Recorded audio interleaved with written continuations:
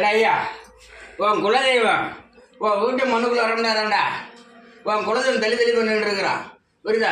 நீ உன் குடும்பத்தில் பல சின்ன குழப்பம் செயல்பாடு உண்டாக்கி இன்னைக்கு மனவசம் உண்டாக்கி இன்னைக்கு 6 வருஷம் பிறகு பிரிச்சுக்கிட்டு அடிச்சுக்கிட்டு இருக்கா. இருக்குதா இல்லையாடா? இருக்குது.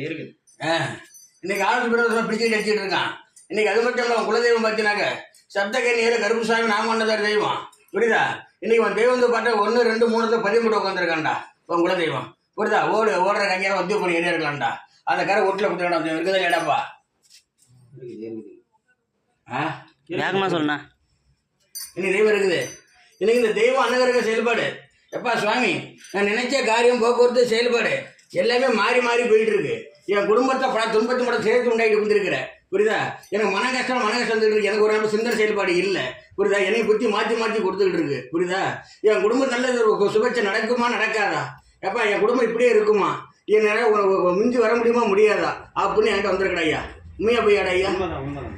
உண்மைதாங்க. அது மட்டும் இல்லாம உன் குலதெய்வம் ஒரு வேண்டுதல் பாக்கி வச்சுக்கிற கடன் செஞ்சியடா?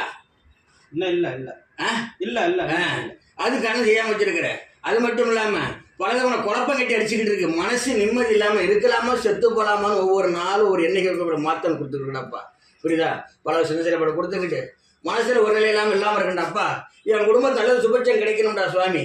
அது மட்டும் இல்லாம நான் நினைச்சு வந்த காரியம் நடக்குமா நடக்காதா? நினைச்சு வந்த காரியம் நடக்குமா நடக்காதா? என் வீட்டில் இருக்கிறது எல்லாமே இன்னைக்கு இப்போ செஞ்ச கோளாறு போல, இன்னைக்கு வந்துட்டு செய்வன கோளாறு போல இன்னைக்கு மாட்டிடுச்சு. உள்ள போய் படுத்தா இன்னைக்கு கண்ணூருக்கு தூக்கம் வர மாட்டேங்குது. திசை கட்டி அடிச்சுக்கிட்டு இருக்கடா சாமி. நானும் உன்ன மாதிரி ஒரு தெய்வத்தை கும்பிட்டு வழிபடுறவன் தான். என்கிட்ட ஐயா நாம கொண்ட தெய்வம் கருப்பனா சுவாமி ஐயா, என் பக்கத்தில் இருந்த அந்த தெய்வமெல்லாம் இன்னைக்கு மாறி போய் நிற்கிற ஐயா அப்படின்னு நிற்கிறேன். ஆமா நல்லடப்பா. ஏறா வேற சந்தேகம் இருந்தா கேடுற ஐயா. இடத்துல காசு கொடுத்து லாக் ஆகி போச்சு. அதான் ஐயா வராதா? அதான் நினைச்சு வந்த காரியம் நடக்குமா நடக்காதான் சொல்லிட்டு ஐயா. புரியுதா? ஒரு தேவத்து கும்பிட போற ஐயா.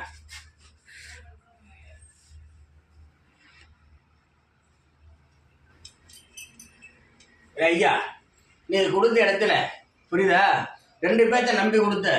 ஆனா ஒரு ஆள் வந்து இருப்பை கட்டி பிடிச்சி ஓடிவிட்டான். புரியுதா?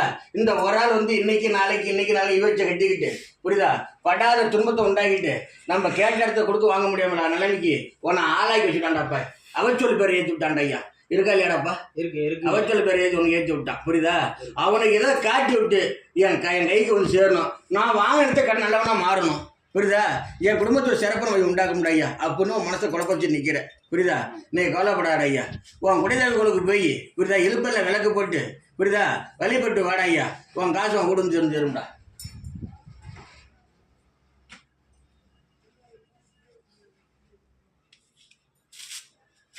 இல்லடா உன் காசு மனோட தேடி உண்டா வாடாங்க பக்கத்தில் போனா. கவலைப்படாத ஐயா. புரியுதா? உன் மின் துணையா ஐயா கருப்பண்ண சுவாமி. புரியுதா? அவனுக்கு மேலே நின்று அவன் துண்டு கொடுப்பான்டா. அவன் வீட்டில் ஒரு சின்ன கழகத்தை உண்டாக்கி கொடுத்தா உன் கைக்கு வந்து சேர முடியும் ஐயா. புரியுதா? கவலைப்படாத ஐயா.